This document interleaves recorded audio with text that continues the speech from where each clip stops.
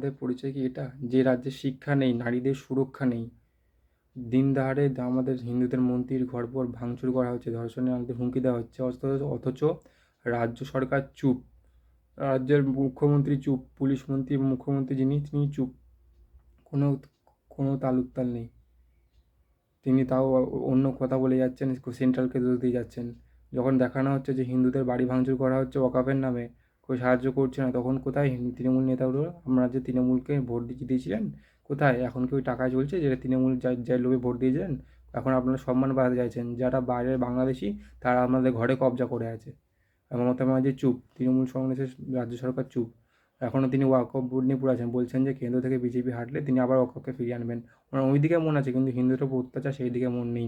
শিক্ষকদের চাকরি চলে গেল, সেই দিকে মন নেই। ভোট দেওয়ার আগে একবার ভাবুন, এই সমস্যা আপনাদের ঘরেও আসতে পারে। যখন আপনাদের ঘর বাড়ি ভাঙচুর করা হবে, রাজ্য সরকার চুপ থাকবে। আমরা কি এটাই